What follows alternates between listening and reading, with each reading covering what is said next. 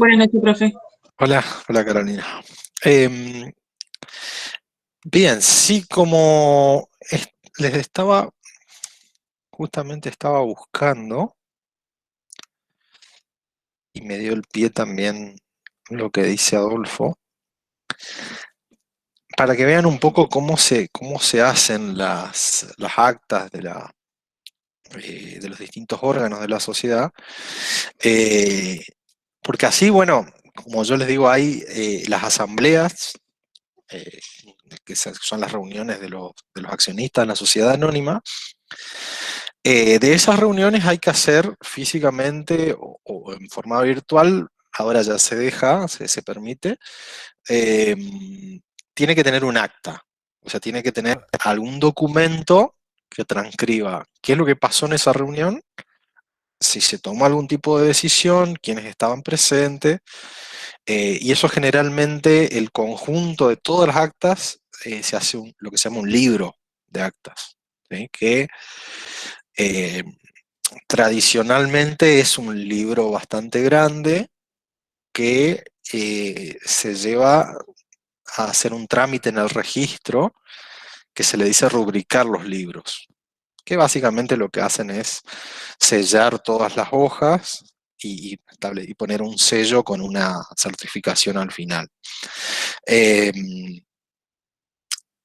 las asambleas, pero del directorio, dijimos que es el órgano de administración, también cuando hay reuniones, tiene que haber actas de esas reuniones de directorio y también hay un libro de actas de reuniones de directorio. Eh, si son varios síndicos y se reúnen, generalmente a veces pueden llegar a tener también algún, algún libro de actas, ¿sí? Entonces, para que vean un poco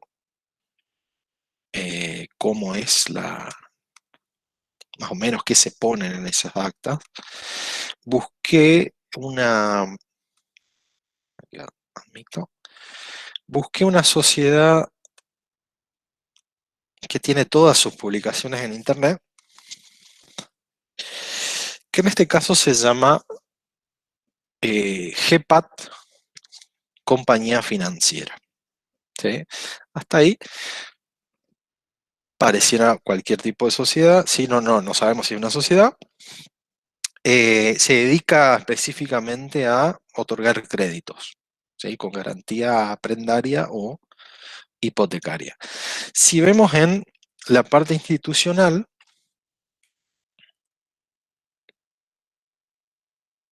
esta yo ya les adelanto, es una sociedad anónima unipersonal, ¿sí? O sea, ya sabemos que va a tener un solo socio. Entonces vamos a ver primero, ¿cómo es su estructura accionaria? Fíjense, entramos ahí, fíjense qué fácil. Que, que me abra y le comparta yo la pestaña.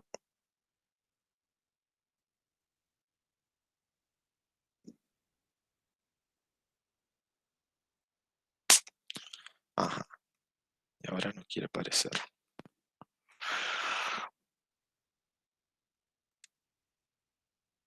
Ahí está.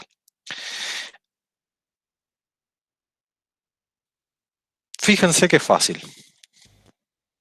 ¿Ven los accionistas? Sí, profesor, se ve. Bueno, como es una sociedad anónima unipersonal, el único socio es otra sociedad anónima, ¿sí? O sea, en este caso, el Banco Patagonia constituyó una sociedad anónima unipersonal en la cual es el único accionista, ¿sí? Y tiene el 100% del capital. Eh, ¿Por qué puede haber hecho esto el banco? Y, por ejemplo, por lo que se ve, acá lo que se dedican es a otorgar préstamos, ¿sí? Sobre todo con el tema de los vehículos y los planes de ahorro. Entonces, ¿qué es lo que hace entonces en este caso la sociedad?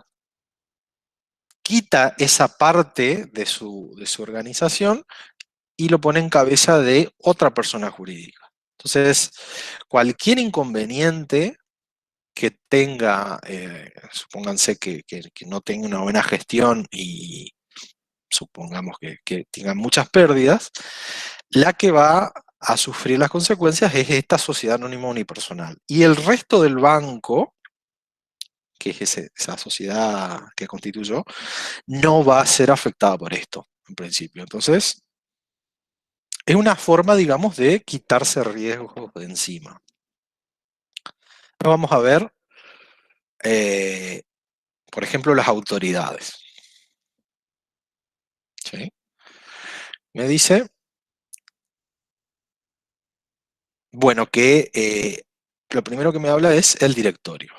¿Sí? Y hay un presidente del directorio, en este caso tiene dos vicepresidentes, un director y dos directores suplentes. Una comisión fiscalizadora, que así se llama cuando generalmente son más de un síndico. ¿Sí? Ya le dicen comisión fiscalizadora. En este caso tiene tres síndicos. ¿Por qué? Porque había en la ley de sociedades, en su comienzo, cuando se reformó en 2015, establecía que tenía que tener como mínimo tres síndicos.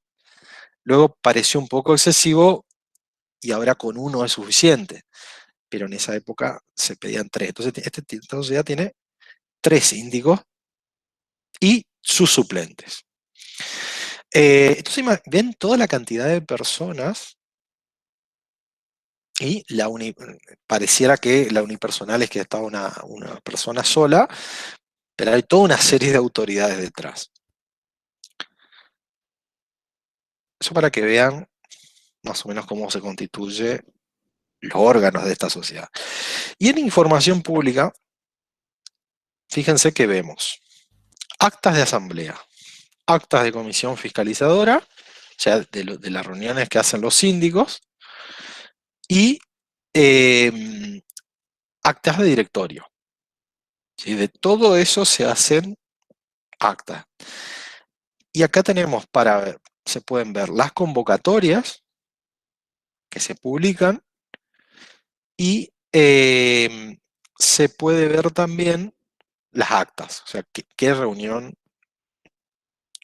hubo en cada situación. Por ejemplo, la convocatoria de la asamblea de 25 de marzo de este año. A ver si me deja ver. Está complicado para cargar. Ahí está.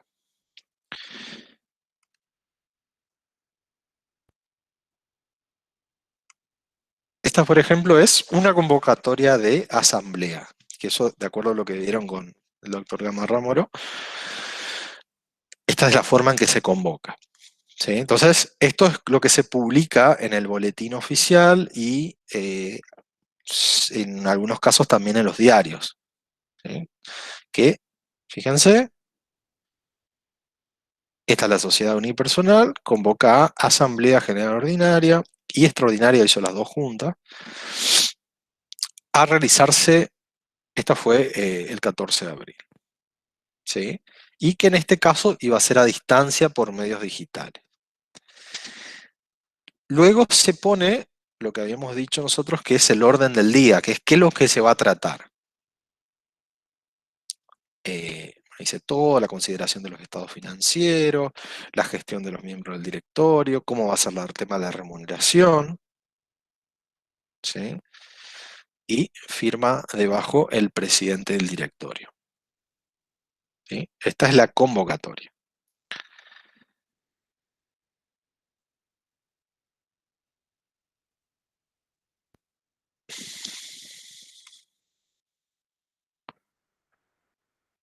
Luego tenemos el acta de esa asamblea que se hizo,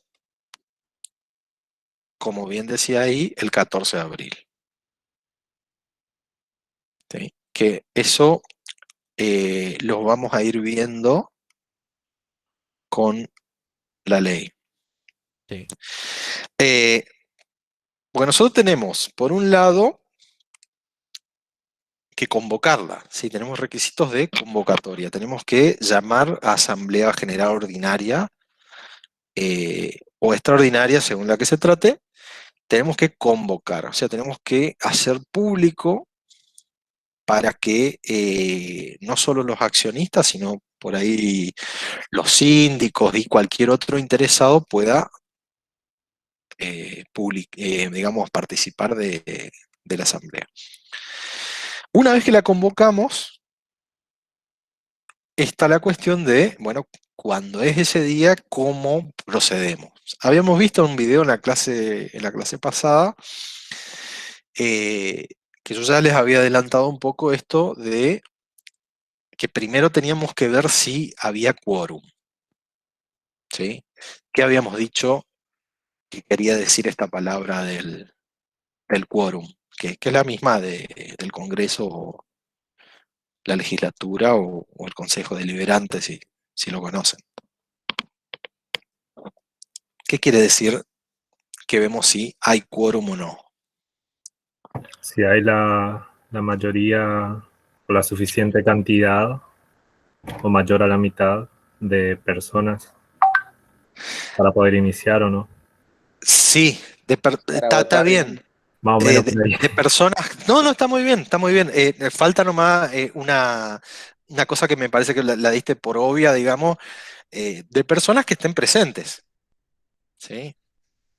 O sea, está bien, tenemos que ver si están presentes la cantidad que nos exigen para poder sesionar.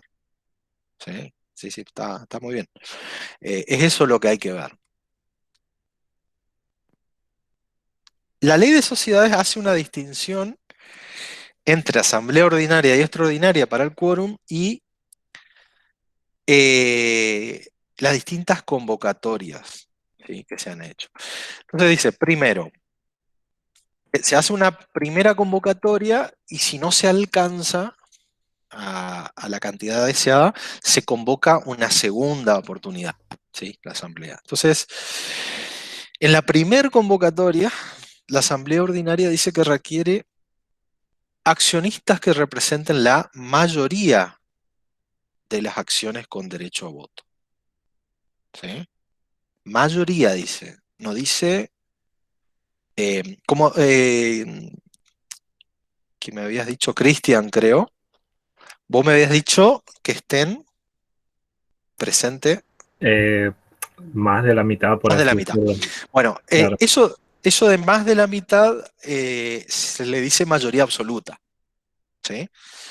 Acá solamente para el quórum de la asamblea ordinaria en primer convocatoria dice la mayoría. ¿Sí? Entonces yo computo que estén, de todas las acciones que tengan derecho a voto, que simplemente sea la mayoría. ¿Sí? No me meto, digamos, demasiado en el de cuánto. Eh, y sí dice que en una segunda convocatoria la asamblea se considera constituida cualquiera sea el número de las acciones presentes. O sea, en segunda convocatoria, si hay una acción presente, se hace la asamblea. ¿Sí? Ahora bien, en la asamblea extraordinaria, que eran situaciones más graves, ¿sí?, y temas más importantes, más urgentes, hay un quórum un poco mayor. ¿Sí? Primero, en primera convocatoria, me pide que tienen que estar el 60% de las acciones con derecho a voto. ¿Sí? O sea, ya un número un poco más considerable. Y en la segunda convocatoria ya no es como en el de la ordinaria, que era con cualquiera, sino tienen que estar presentes por lo menos el 30% de las acciones con derecho a voto. Si no, no se puede hacer la asamblea. Eh, Eso es para empezar a sesionar, ¿sí? Ahora bien, es un poco, digamos, engorroso yo armar todo, una asamblea, hacer una primer convocatoria, supónganse que nos vamos ese día y no encontramos la cantidad necesaria y que nos tenemos que volver todos a nuestras casas, volver a hacer otra convocatoria y ahí de vuelta venir. Es una pérdida de tiempo, incluso de dinero, porque hay que volver a publicar. Eh, entonces, ¿qué es lo que se hace en la práctica que eso lo habilita eh, también la misma ley? Es hacer las convocatorias conjuntas, ¿sí? Al mismo tiempo, para el mismo día, eh, pero con una diferencia horaria, ¿sí? No, generalmente no, para no hacer todo esto, lo que se hace es, se convoca supónganse, a las 20 horas, primera convocatoria. Si a las 20 horas no conseguimos el quórum, se la convoca en segunda convocatoria una hora después. ¿Sí? Entonces, si a las 20 no conseguimos, bueno, a las 21, si hay un accionista en asamblea ordinaria, supónganse, ya podemos hacerlo. ¿Sí? Y no tenemos que hacer todo de vuelta, la publicación, ver si vienen, si no vienen, ¿sí? Y directamente se hace todo el mismo día. ¿Sí? Eso se puede hacer y es la costumbre, digamos, bastante el tema de las acciones. Eso así de sencillo es el quórum, ¿sí? Necesitamos un número de accionistas presentes para poder sesionar. Si no, no podemos empezar a tratar. Está esta diferencia entre asambleas ordinarias y extraordinarias. Asambleas ordinarias solamente mayoría de accionistas presentes, ¿sí? sobre el total de acciones. Extraordinarias el 60% de las acciones, ¿sí? Y si es segunda convocatoria, se baja este porcentaje. En la ordinaria es con cualquiera de los accionistas presentes, en la extraordinaria el 30% por lo menos. Bueno, suponiendo que ya tenemos quórum, tratamos los distintos temas que están en lo que se llama el orden del día y tenemos que votar, ¿sí? Se pasa a la votación, es decir, bueno, ¿están de acuerdo? ¿No están de acuerdo? ¿Se aprueban estos puntos? ¿No? Y hay un porcentaje también de acciones que se necesitan para poder tomar una decisión válida en la asamblea. Acá tenemos acá en general es más sencillo para acordarse, ¿sí? Porque en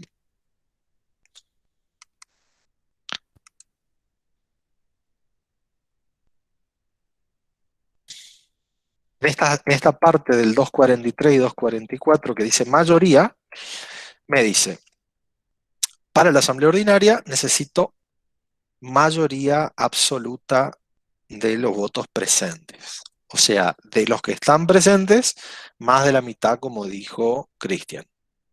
¿Sí? De los votos presentes. En el caso de la extraordinaria, es la misma mayoría. ¿Sí? Entonces, esa es una menos que acordarse, digamos, porque la diferencia es en el quórum. En el tema de las decisiones es la misma. Mayoría absoluta de los votos presentes. En esos casos, entonces, se toma la decisión. Como yo les decía,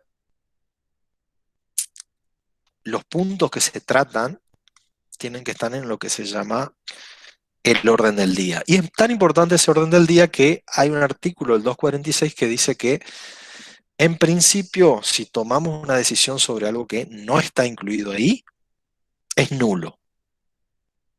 ¿Sí? No es que los accionistas o uno de los directores puede decir, bueno, nos habíamos olvidado que vamos a tratar tal tema, no lo incluimos en el orden del día, pero bueno, fue un error, ahora lo vamos a tratar. No. Si no se incluyó en el orden del día, no se puede tratar, porque si no, no tiene valor esa decisión. Hay unas excepciones que son una cuestión de sentido común, ¿sí? Si están presentes todos los accionistas, y la decisión se toma por unanimidad, no hace, ¿para qué vamos a hacer? Si no hay nadie que pueda estar afectado, digamos, están todos de acuerdo, están todos presentes, no hay problema, ¿sí? Vamos a tener que hacer otra asamblea para... No, no es necesario. En algún caso que haya alguna excepción, la ley, y el tema de otra cuestión que es casi de costumbre, que es la elección de los encargados de firmar el acta. Siempre se pone quiénes son los que van a firmar. Pues como no se eligen, digamos, sobre todo cuando hay muchos accionistas, por ahí se eligen algunos para que firmen. Entonces, si se olvidaron eso en el orden del día, no hace falta, ¿sí? No hace falta, no va a ser nulo por yo no poner en el orden del día quiénes son los que van a firmar. Eso es lo que dice acá eh, la En ley. ese caso, profe, ¿se elige ahí en el momento? ¿O cómo hace? Sí, generalmente si no se publicó, aunque lo suelen poner, es raro que alguien se olvide, pero sí, se dice, bueno, fulano y fulano, fulanos accionistas van a firmar el acta en representación de los demás. Y en general no hay problema. Tampoco hay mucho problema porque siempre se pueden impugnar las actas, ¿sí? Se pueden cuestionar, se pueden pedir su anulación y se puede hacer un juicio para cuestionar alguna decisión, ¿sí? Entonces, eh, no es gran problema decir, bueno, ay, no, yo no firmé el acta, no, después yo no puedo cuestionar o algo. No tiene nada que ver, sino que es más que nada una formalidad, ¿sí? Que hay que cumplir. Entonces ahí donde vimos, habíamos visto, voy a poner la convocatoria de...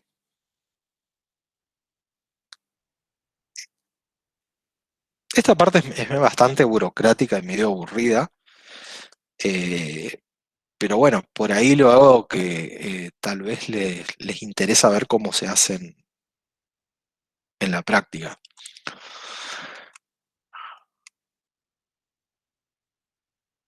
Esta era la convocatoria de la asamblea. Y fíjense que acá dice, la asamblea considerará el siguiente orden del día, ¿sí? Y dice todos los temas que se van a tratar. Sí, a ver si dice algo más por acá. No. Te dice acá firma del acta, pero no aclara quiénes van a firmar ni nada. Sí, pero a veces se pone designación de 2 accionistas para que firmen el acta, supónganse. Vamos a ver el acta de esa asamblea, ¿sí? Para que vean más o menos cómo se hace. Bueno, en ese día, en ese horario, se hace la asamblea, ¿sí? Fíjense, Sociedad Anónima Unipersonal. Y se cuenta básicamente todo lo que se hizo en ese acto. Está quién es el que presidió, fíjense lo que yo les decía de presidente del directorio, es el representante, en principio el representante natural de la sociedad anónima, ¿sí? La unipersonal también. Dice que se hizo por Zoom, ¿sí? Que en este caso, recuerden que había un solo accionista, que es una persona jurídica. Entonces, obviamente tiene que estar su representante, y en este caso vinieron 2 representantes por el banco. O sea, ellos, digamos, serían la voluntad del único accionista. Los directores, los síndicos, ¿sí? Y aclara que todos están conectados de su domicilio. Bueno, se informan, ¿sí? Sí, la cuestión de que se está grabando, ¿sí? Que los datos de los accionistas, ¿sí? Es un solo accionista, entonces es fácil. El quórum ahí está súper sencillo. Es un solo accionista que tiene todas las acciones. Entonces, tiene, fíjense, 86.837.083 acciones que valen $1 cada una, entonces el 100% del capital social, porque el capital es de 86.837.083 pesos. Entonces, tienen la totalidad de los votos. Entonces ahí, bien sencillo, se lee el orden del día y se empiezan a tratar. ¿Sí? Ahí se van anotando las cosas que van diciendo cada uno de los asistentes, ¿sí? Y la resolución, la votación, ¿sí? Unanimidad, por ejemplo, en este caso. Acá también se trata a tal punto, se resuelve por unanimidad, por ejemplo. Generalmente, salvo que haya algún conflicto, todo prácticamente se resuelve así por unanimidad, porque muchas veces incluso ya fue tratado y ya están de acuerdo, ¿sí? Pero si hubiera alguna cuestión, acá va a saltar que alguno, o si hubiera más socios que podrían haber conflicto, acá no tenemos ese tema. Dice, bueno, ¿cuánto fue el resultado del ejercicio? ¿Sí? Y ¿qué se constituyen reservas? ¿Sí? Bueno, por ejemplo, se considera la gestión de los miembros del directorio, ¿no? Si hicieron bien o mal la gestión del año anterior. No hay un problema, dice que se aprueben las gestiones, ¿sí? Y se los exima de responsabilidad, ¿sí? Porque cumplieron con el estatuto y con la ley. Si acá hubiera algo que cuestionar, algún otro accionista podría decir, no, yo no estoy de acuerdo porque a mí me parece que no resolvió bien su gestión, que no cumplió con tal o cual parte del estatuto, y podría haber una votación dividida, ¿sí? Se considera el tema de cuánto ganan. El directorio, en este caso, fíjense, renunciaron a los honorarios, cual no es muy frecuente, pero en este caso renunciaron. Después el tema de la comisión fiscalizadora, ¿sí? ¿Quiénes van a estar al año siguiente? ¿Sí? Hay varios puntos, ¿sí? Vamos a ir pasando. Y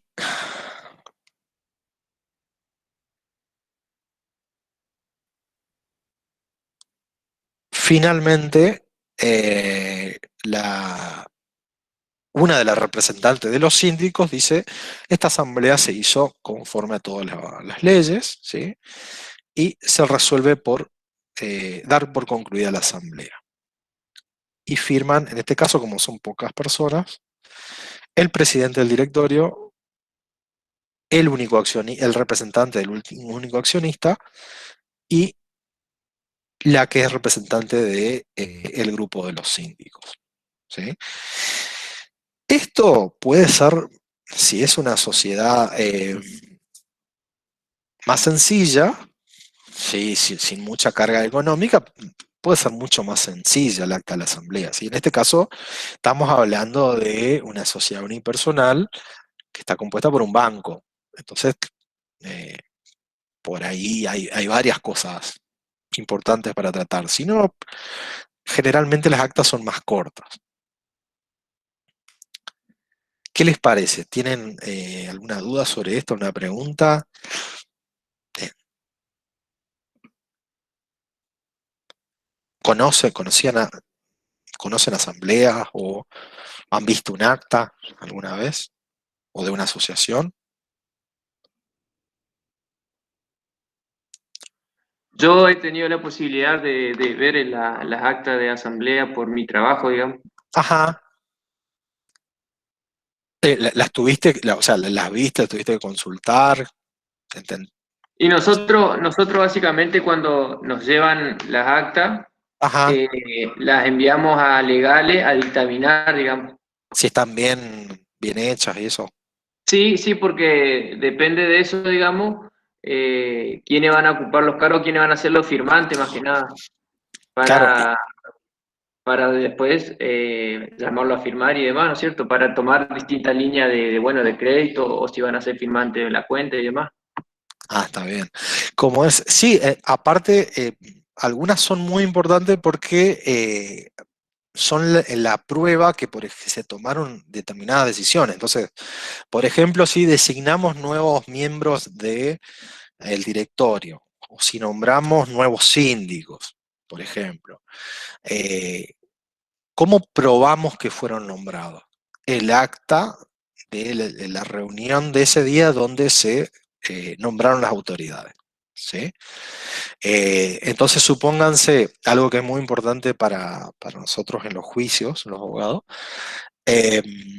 ¿Cómo pruebo yo que una persona es el representante de una sociedad? Tiene que ir con el acta de la asamblea donde fue designado. Entonces, es una documentación muy importante. Y por eso esos libros tienen que guardarse eh, varios años, de ser posible. ¿Sí? Ahora con el tema de la virtualidad y sobre todo a partir de la pandemia, la cuarentena, esto ha pasado a ser mucho más digital, ¿no? Más práctico, si no son unos librones que había que guardarlos y obviamente estaba el riesgo de, al tener papel, al papel le puede pasar algo o los libros pueden perderse o pueden ser robados y generalmente no había otras copias. Eh, pero es bastante similar digamos, la forma de hacer las actas. Por ejemplo, para que vean cómo es un acta de reuniones de directorio, que ahora vamos a ver un poco cómo funciona el directorio si llegamos.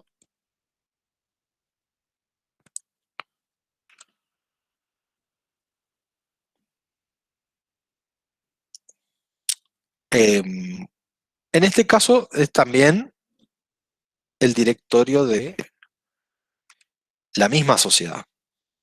¿Sí? También tienen un representante de los síndicos, ¿sí? Y bueno, lo hacen por videoconferencia, por el tema del COVID. También acá básicamente dice, se consideraron los estados financieros, ¿sí? Ah, hacen algunas consideraciones y eh, directamente firman. ¿Sí? No hay mucha más formalidad. Las reuniones de directorio generalmente son más frecuentes, ¿sí? Porque toman muchas decisiones de administración, ¿sí? Del día a día de la sociedad. Entonces, son mucho más frecuentes que las asambleas. Eh, por eso también el acta es mucho más corta. ¿Sí? Fíjense, esta es el acta de directorio 632, o sea, hubo 632 actas de directorio.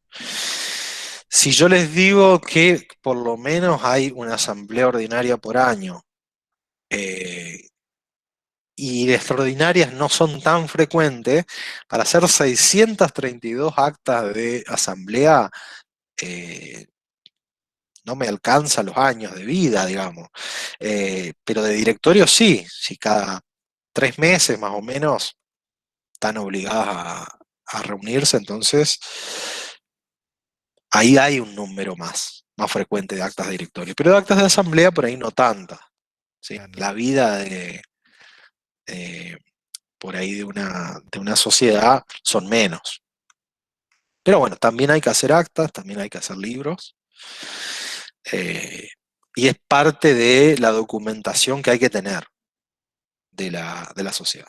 Otro libro que se lleva también es el libro de accionistas y el libro de asistencia a las asambleas también. Bueno, entonces ahí tenemos más o menos un panorama de cómo es la asamblea, cómo se hace. O sea, ahí ya se van dando cuenta de una diferencia entre los órganos. La asamblea es un órgano no permanente, no funciona todo el año. ¿Sí? No están en un lugar físico que están todos los accionistas reunidos todo el año, lo cual sería, a veces se podría, pero en la mayoría de los casos es bastante difícil. Sino que es un órgano no permanente, que se reúne a tomar algunas decisiones importantes y luego, digamos, durante el resto del año tal vez no funciona constantemente. En cambio, el directorio está constantemente reuniéndose y trabajando porque son los que administran la sociedad. Están en todas las cuestiones importantes, digamos, del día a día. Entonces, por eso a veces la asamblea nos cuesta verla como un órgano, porque es como una cosa que se juntan, o sea, supónganse el Congreso o la legislatura, uno tiene un edificio y sabe dónde está y generalmente hay sesiones varias veces, a veces en el mes, entonces es más frecuente, pero en las sociedades eso no pasa. Entonces, la asamblea a veces cuesta verla como un órgano, pero es un órgano y el órgano más importante de la sociedad, ¿sí? Los administradores sí están todo el tiempo reuniéndose. Entonces tenemos el órgano de gobierno, que es la asamblea, el órgano de administración, que es el directorio, y el de fiscalización son los síndicos. A ver, ¿alguna otra cuestión que podamos ver de las asambleas? Les dije, bueno, que se pueden impugnar las resoluciones, ¿sí? Todas esas asambleas que se hicieron, si hubo alguna violación de la ley o del estatuto, pueden ser impugnadas por los accionistas.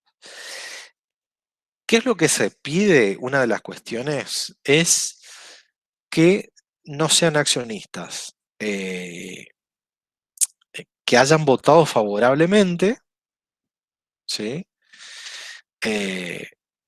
Sino lo único que la pueden impugnar son los que votaron en contra y los que estuvieron ausentes.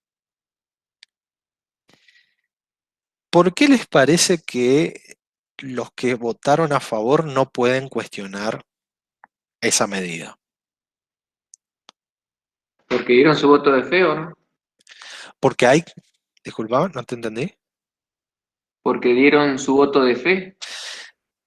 Su voto de fe, Estuvieron de claro. acuerdo, digamos. Estuvieron de acuerdo, claro, estuvieron de acuerdo. Y después, ¿qué pasa si impugnan? Sería como ir en contra de su propia... De su propia voluntad, de su propia decisión, digamos. Claro, su propia decisión. Bueno, eso es un principio que hay en derecho que se llama la teoría de los actos propios. Sí, bueno, vos no podés ir en contra de algo que vos hiciste. ¿Sí? Entonces, si ellos votaron favorablemente, no, me parece mucho que después puedan venir e impugnar la misma decisión. ¿Sí? Hay un supuesto donde se permite. ¿Cuál es? Sí, que eso ustedes lo saben. Si la voluntad de esas personas que votaron a favor tenía un vicio. ¿Sí? Ahí está la diferencia entre vicio de la voluntad y acto jurídico. Si ellos, por ejemplo, estaban afectados de dolo, ¿sí? ¿Cuál es una de las formas típicas de dolo en estos casos? Cuando hay balances adulterados o falsos, o que no reflejan la realidad. ¿Sí? Imagínense ustedes una situación, alguien adulteró los balances para que los números digan otra cosa, se presenta eso a los accionistas y dicen, ah, bueno, los números están bárbaros, votan a favor en la asamblea y después se descubre que ese balance no era real o no estaba acorde a lo que debía ser. tendríamos un límite, decir, no, pero ustedes votaron a favor, no pueden impugnar. Claro, pero pueden decir en este caso los accionistas, estábamos afectados por dolo, porque ustedes alguien nos engañó para equivocarnos, ¿sí? Para errar, digamos. Entonces, ahí sí, obviamente ahí sí se permite. Con errores menos frecuentes, porque tiene que ser un error bastante excusable, ¿sí? Algo que no, verdaderamente había un motivo para errar, y con violencia o intimidación es menos frecuente todavía, pero puede pasar, ¿sí? En ese caso sí, se permite que se impugne. ¿Cómo se impugnan? O sea, ¿cómo se cuestionan estas decisiones? Hay que hacer un juicio, ¿sí? Hay que hacer un juicio ante el juez del domicilio de la sociedad,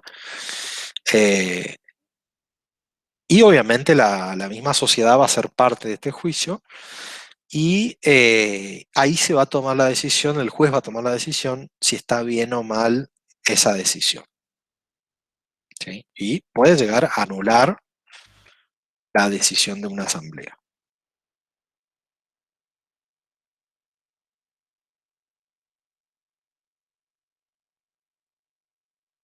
¿Qué pasa si se anula una decisión de la asamblea? ¿Van a haber algún tipo de responsabilidad de la gente que estuvo en eso? Que estuvo... Sí, el 254 nos dice que si se declaró nula una resolución de la asamblea, los accionistas que votaron a favor son responsables de las consecuencias, ¿sí? Obviamente también los directores, los síndicos, ¿sí? También. Pero los accionistas que votaron a favor también son responsables. O sea que, ojito, yo soy accionista, no es que voto cualquier cosa y a mí que me importa, sino si yo voto una decisión que después se anula, me van a hacer responsable si yo estuve de acuerdo, ¿sí? Así que Perdón, ¿qué artículo era? ese es el 254 de la Ley de Sociedades.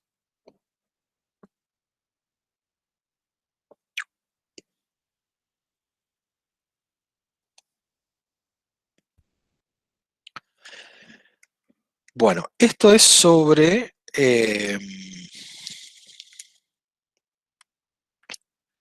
asamblea, ¿sí? Como ustedes van viendo, ya más o menos se van dando cuenta, esto que estamos viendo de sociedad anónima es mucho más detallado de todo lo que estábamos viendo en los otros tipos de sociedades, ¿sí? Porque la sociedad anónima es la que tiene más formalidad.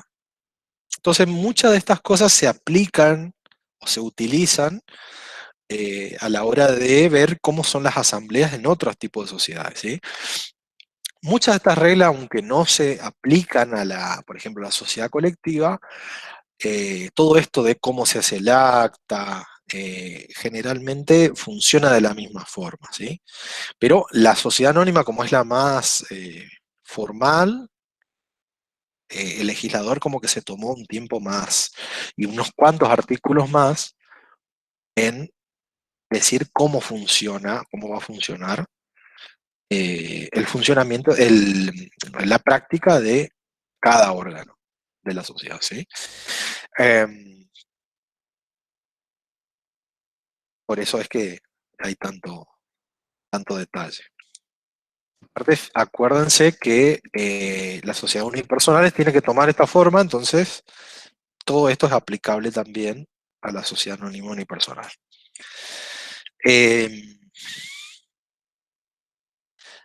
Un punto que antes de avanzar yo quería saber si algo habíamos dado. Yo les había hablado en algún punto de lo que cobran los accionistas, ¿sí? Su ingreso, yo les dije que se llama dividendos, ¿sí? Cuando hablamos de ganancias, ganancias es lo que tiene la sociedad, ¿sí?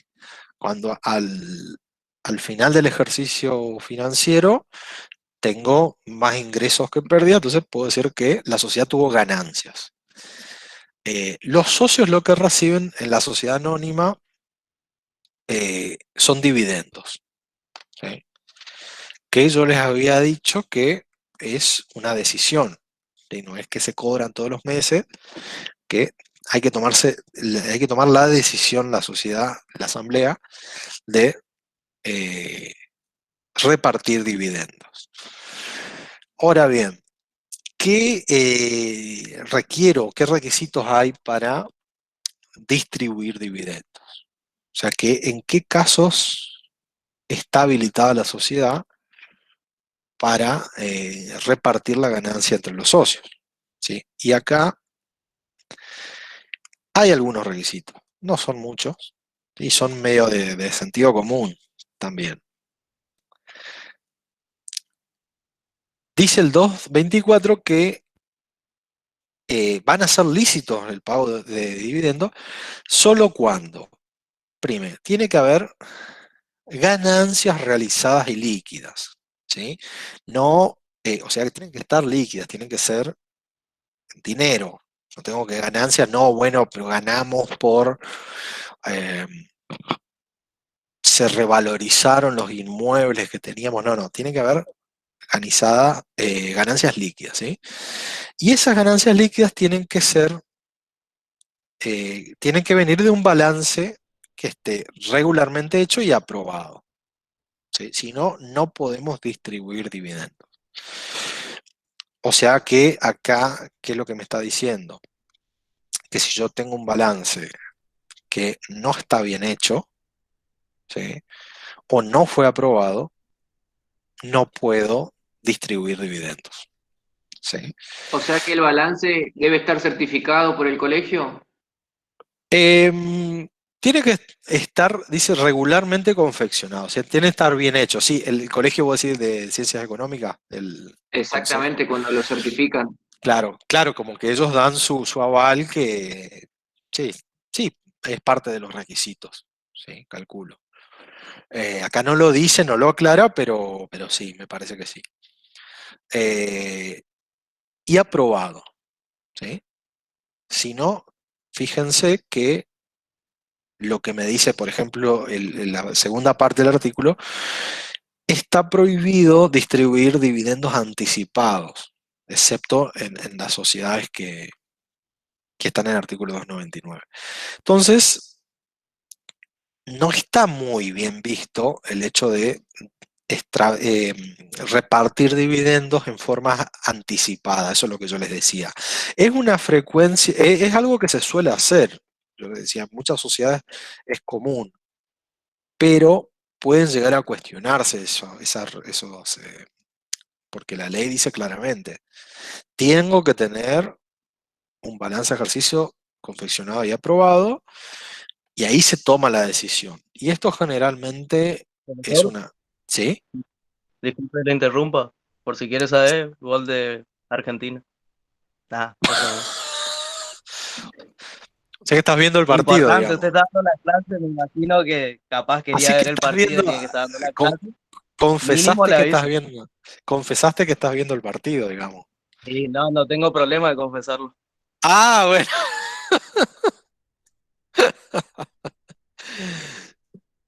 Pero valiente, me podría decir. Algunos por ahí lo están viendo y no lo están diciendo. Está bien. No, no, yo me Eh, hago cargo, me hago cargo. muy bien, muy bien. Así que gol. ¿Y cuánto va? ¿1-0?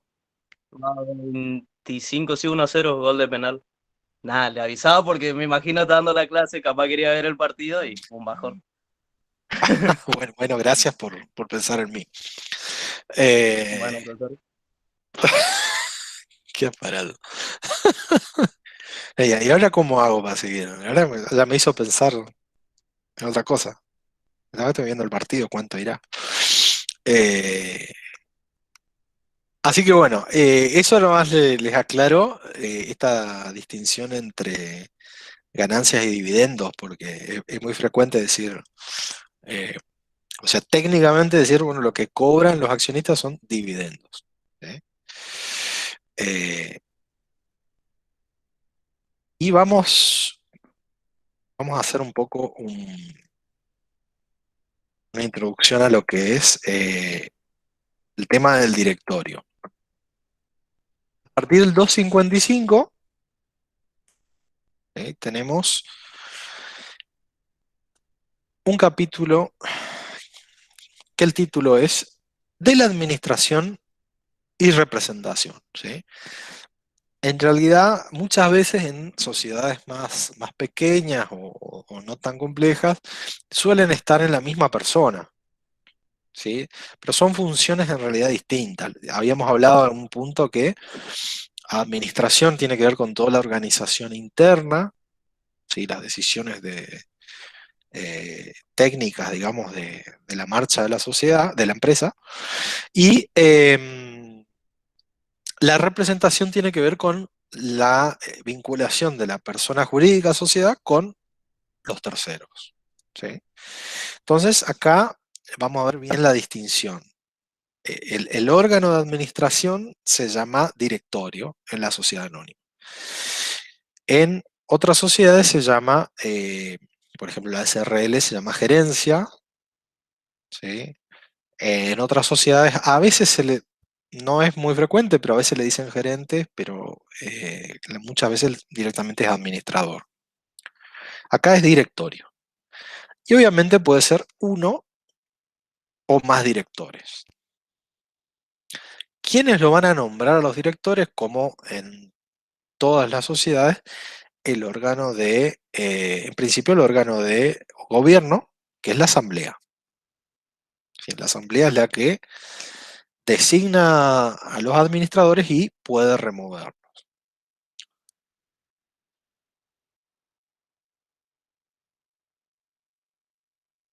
Generalmente no hay que tener ningún tipo de razón, ¿sí? O sea, la asamblea los remueve a los administradores cuando se les ocurra, porque son los verdaderos dueños, los firmantes del contrato de sociedad. El director, vamos a ver los requisitos, ¿sí? Pero no es obligatorio que sea accionista, ¿sí? Entonces, en muchos casos, no lo es. Eso yo por ahí lo ejemplificaba con la película de Steve Jobs, que hablaba sobre su compañía, sobre Apple, que en una parte de la película se busca, él obviamente era accionista en su comienzo, y era también parte del directorio, ¿sí? Como que, aparte de ser uno de los dueños, administraba cómo iba a ser la marcha de la sociedad, decía, bueno, vamos a fabricar tal computadora, vamos a establecer ciertos recursos, y de repente dijeron, ¿por qué no designamos, no me acuerdo cómo se llamaba, un tipo que había sido CEO de Pepsi y la había llevado al éxito? Entonces, bueno, vamos a ponerlo a ese tipo. Y se lo designa a esta persona de presidente del directorio, digamos, de Apple, y de alguna forma lo empieza a dejar un poco de lado a Steve Jobs. Y ustedes dicen, bueno, le quitó la empresa, le quitó la sociedad. En realidad, lo que lo quitaron, digamos, es por ahí su protagonismo en la administración, pero él seguía siendo dueño, ¿sí? Y seguía cobrando sus dividendos y seguía teniendo sus acciones, ¿sí? Pero son dos cosas que no necesariamente están juntas. A veces cuando son sociedades pequeñas por ahí se confunde un poco y los mismos dueños son quienes administran. Pero en otras sociedades por ahí más complejas, a veces los accionistas no tienen idea de las decisiones del día a día de la sociedad, ¿sí? Y los administradores son las personas que están manejando verdaderamente toda la actividad económica. Eso a veces cuesta un poco hacerse a la idea, decir, pero ¿cómo? El tipo que está, ¿no es el dueño? No, muchas veces no, ¿sí? No es necesario, no es obligatorio. A veces coincide, pero no es obligatorio que lo sea. ¿sí? Bueno, se entiende, yo creo, un poco mejor con la cuestión del campo, ¿no? Que tenemos administradores de campo y sabemos que la gran mayoría de las veces no son los dueños. ¿Sí? El dueño por ahí está hasta en otra provincia o otro país, y los que administran, los que están en el día a día, por ahí cobran un sueldo por hacer eso y hacen su trabajo, pero no son los dueños los dueños del campo. ¿Sí? Ahí yo creo que se ve, en esa rama se ve bastante más claro que por ahí en otras más urbanas, digamos, que por ahí es más difícil de ver la diferencia. Así que bueno, si se visualiza en esa imagen del administrador del campo, digamos, el dueño, que serían los accionistas, en cualquier momento pueden revocarlo, ¿sí? Su cargo, pueden cambiarlo, ¿sí? Pueden cambiar su remuneración, porque el verdadero dueño de la sociedad son los accionistas y es la asamblea. Bueno, puede ser uno más a directores, le dije que puede reemplazarse, ¿sí? Pueden renunciar los directores también. Lo único que pide la ley es que no afecte el funcionamiento regular de la sociedad y que no sea... Acá sí, acá hay una confusión, algo que los va a confundir, ¿sí? Porque acá mezcla otro tipo de dolo, ¿sí? Que dice que la renuncia del director no tiene que ser dolosa o intempestiva, ¿sí? Acá está hablando de un dolo no como vicio de la voluntad, sino un dolo como intención de dañar, ¿sí? Entonces, en principio el director no tiene que renunciar en una forma de decir, bueno, renuncia ahora para dañar, ¿sí? Para que se queden sin director y se perjudique la sociedad. Bueno, eso dice que está prohibido. Si no, tiene que continuar en funciones, y si no, va a ser responsable de los daños que cause, ¿sí? Pero puede renunciar, ¿sí? No dicen que no pueda, que tenga que estar sin renunciar, ¿eh? Puede hacerlo, pero no tiene que ser en un momento que, tampoco tiene que ser intempestivo, quiere decir que fuera de tiempo, ¿sí? Que sea en un momento inconveniente, ¿sí? Bueno, si justo, por ejemplo, la sociedad está en un punto importante que necesita, no sé, alguna actividad productiva que necesita que esté funcionando normalmente, y ahí renuncia, a decir, bueno, no, ahí no, tiene que continuar en funciones hasta la próxima asamblea. ¿Sí? Bueno, los directores, como yo les dije, cobran, eso sí, cobran un sueldo. Y ahí vimos en el acta de la asamblea de esta sociedad que yo les mostré, que en este caso habían renunciado a sus honorarios, como se llama lo que cobran. Pero si no, tienen que cobrar un sueldo, una remuneración que la fija en principio la asamblea. Ahora bien, hay algo, una práctica que no está muy bien, pero suele pasar en algunas sociedades, que es un fenómeno que se dice de que muchas veces hay accionistas pobres y administradores ricos. Es decir, bueno, los accionistas son, digamos, y como yo les dije, no cobran todos los meses, ¿sí? Entonces, por ahí, con suerte, una vez al año, ya dijimos que no suele ser lo más aconsejable, pero a veces, un par de veces más, pero si no, tienen que esperar hasta la asamblea. Y en cambio los administradores cobran todos los meses. Entonces, Entonces puede llegar a pasar alguna situación, sobre todo cuando el administrador es un accionista, ¿sí? Y cuando es un accionista mayoritario, decir, bueno, yo tengo, no sé, el 80% de las acciones. Y aparte soy el presidente del directorio. No distribuyo dividendo nunca. Sí, total, yo, como soy director, cobro todos los meses mi sueldo. ¿Sí? Y al pobre accionista que tiene el 20% no cobrará nunca. ¿Sí? No cobra sueldo porque no es parte del directorio y tampoco reparten dividendos, entonces no cobra. Entonces, para evitar eso, hay un artículo que es el 261 que dice que el máximo que puede cobrar un administrador está atado a cuánto reparte de ganancias. ¿Sí? Si reparte todas las ganancias que se hicieron, bueno, su sueldo lo máximo que puede ser es el 25% de esas ganancias. Y si no repartió ningún tipo de dividendo, lo máximo que puede cobrar un administrador es el 5%, ¿sí?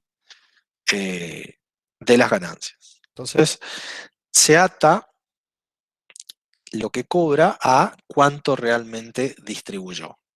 Como una forma de, digamos, incentivarlo. Cuanto más ganancias distribuya, más se te puede llegar a aumentar el sueldo. No es que funciona demasiado, pero ya es algo. Es decir, eso para evitar, porque hay muchas de estas maniobras que muchas veces son abusos, sobre todo cuando hay alguien que tiene la mayoría de acciones, hay mucho de este tipo de abusos. Bueno, hay algo que por ahí no lo suelo dar acá, pero en el video ese que presentamos la clase pasada, que era del Banco Santander, había una parte que decía que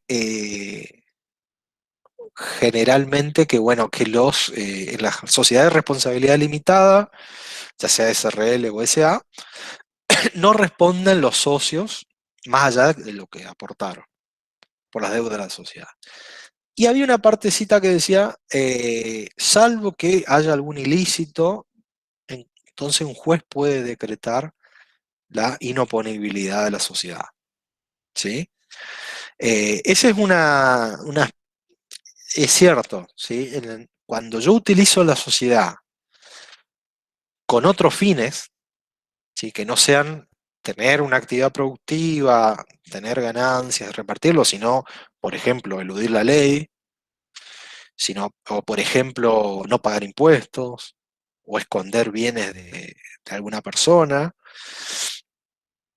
un juez puede llegar a decretar que yo tengo que responder incluso con con el patrimonio, ¿sí? Incluso personal. ¿Sí? Pero hay que hacer un juicio. ¿Sí? ¿Por qué? Porque hay muchas cuestiones que se pueden hacer con la persona jurídica, que se hacen, como vimos cuando dimos, por ejemplo, los vicios de los actos jurídicos, que vimos el fraude, la simulación, puede utilizar la sociedad como un medio de fraude también. ¿Sí? Es decir, a veces se hace y a veces no. ¿Sí? No es... por eso cuando vimos las sociedades simplificadas, que yo le digo que están bastante perseguidas en Buenos Aires, obviamente que no pasa en todos los casos, ¿sí? Pero obviamente hay casos donde se utilizan para el fraude. ¿Alguien había levantado la mano? Joder, soy yo. Yo mismo levanté la mano. ¿Cómo es? Me había apretado la mano. Me parece mucho. Yo preguntarme y responderme. Yo sé que no estoy bien, pero tampoco hablar y contestarme solo. No, se me apretó a mí. No, yo les decía eso con el tema de las sociedades simplificadas. Obviamente que se usan para el fraude.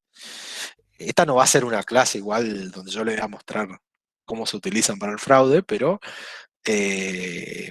sabemos que pasa, ¿sí?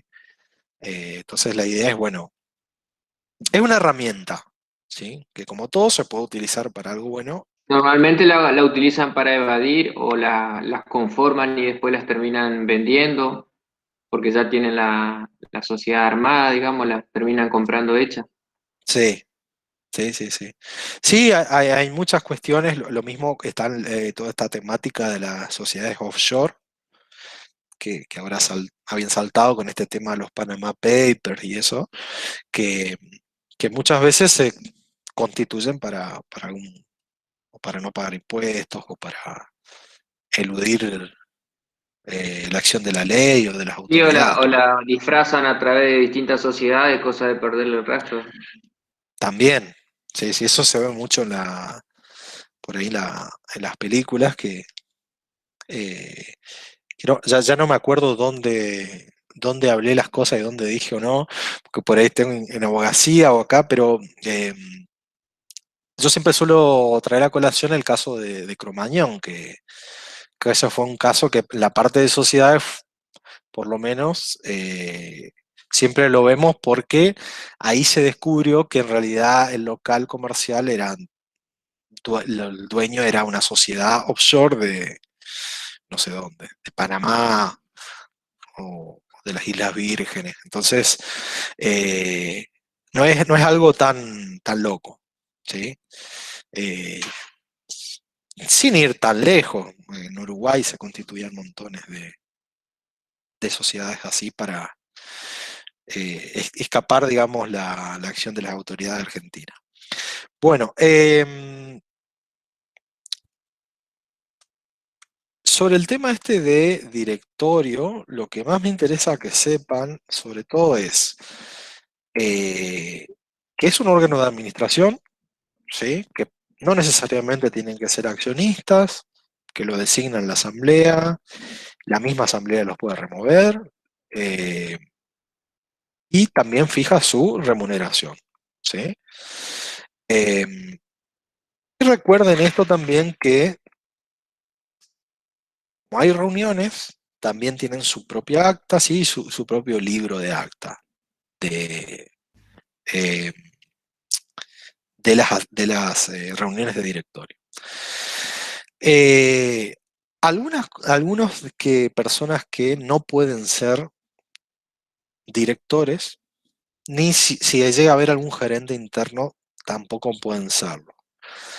Eh, Aquellos que hayan sido condenados por quiebras, ¿sí? Por quiebras fraudulentas sobre todo, o sea, quiebras que fueron por haber habido mala fe, ¿sí?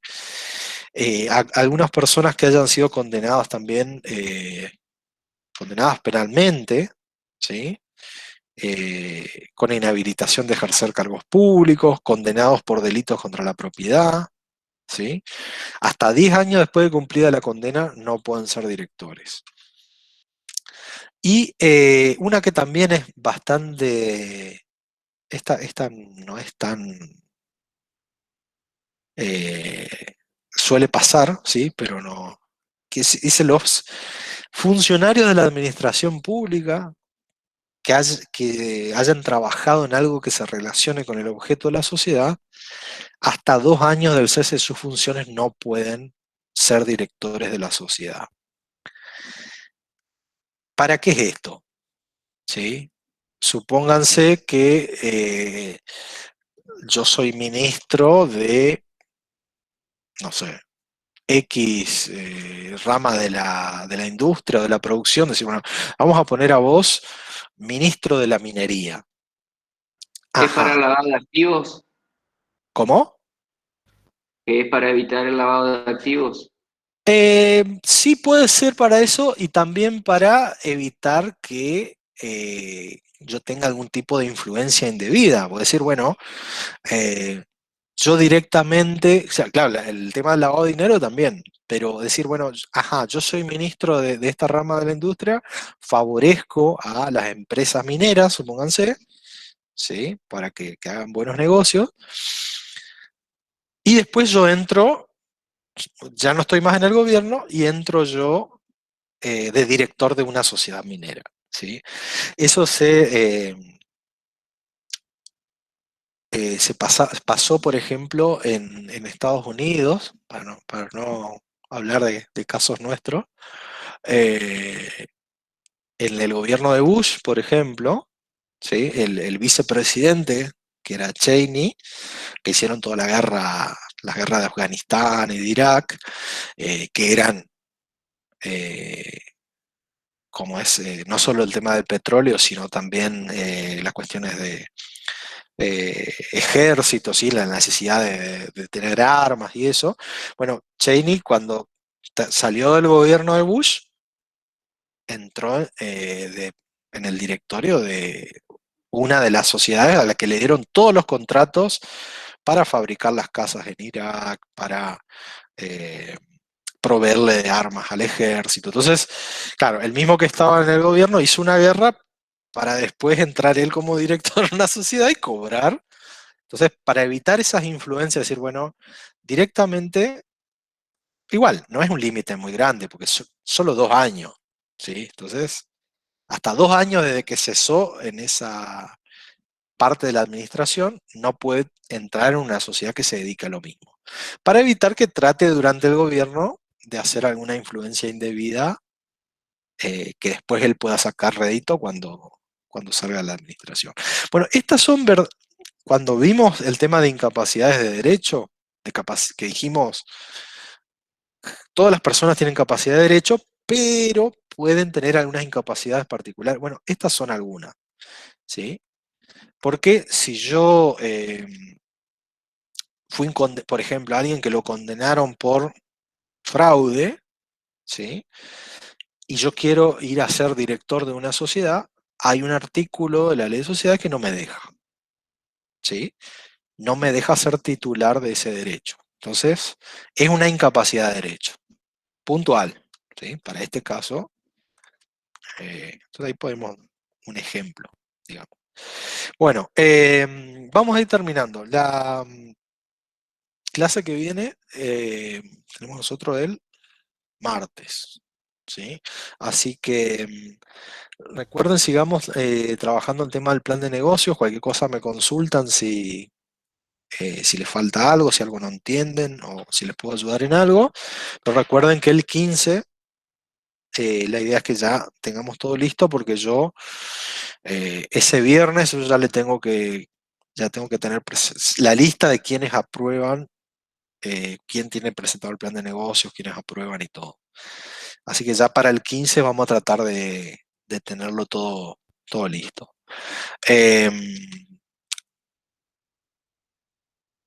Y bueno, la clase que viene hoy la verdad no lo pude hacer.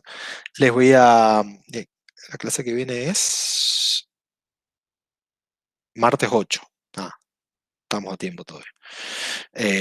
Tengo un poquito más de información, les voy a ir pasando del tema de cómo va a ser el parcial, ¿sí? Pero no se asusten que no va a ser tan concreto que tengan que ver detalles muy finos de sociedades, sino va a tratar sobre sociedades, pero aspectos bastante amplios, ¿sí? Todavía tengo decidido cómo va a ser, pero va a ser de sociedades, ¿sí? ¿Va a ser oral? Probablemente, por lo menos escrito va a tener una parte, ¿sí? Lo que no sé es si por ahí tengan que hacer algún tipo de exposición, no como un examen oral, sino por ahí por ahí algunas preguntas sobre el trabajo que hicieron, cómo lo hicieron, Defendiendo el trabajo. algo así, ¿sí? Pero no muy largo tampoco porque somos unos cuantos y no creo que tengamos tiempo, pero puede llegar a ser algo así, ¿sí? Para que no quede solo en el trabajo escrito. Pero así oral, con preguntas tipo examen final, no, seguro. Bueno, ya estamos a la hora, así que los que están mirando el partido, bien por ellos. Brian, que era nuestro No, comentarista uno más, estrella. profe. 1-1. Ah, bueno, mira, otro.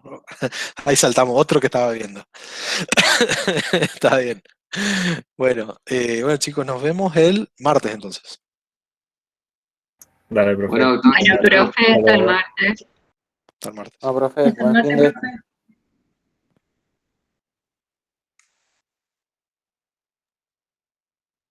Hasta luego, profe.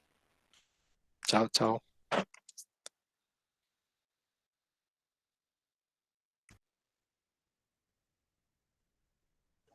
Voy a prender fuego ni me termina la cosa.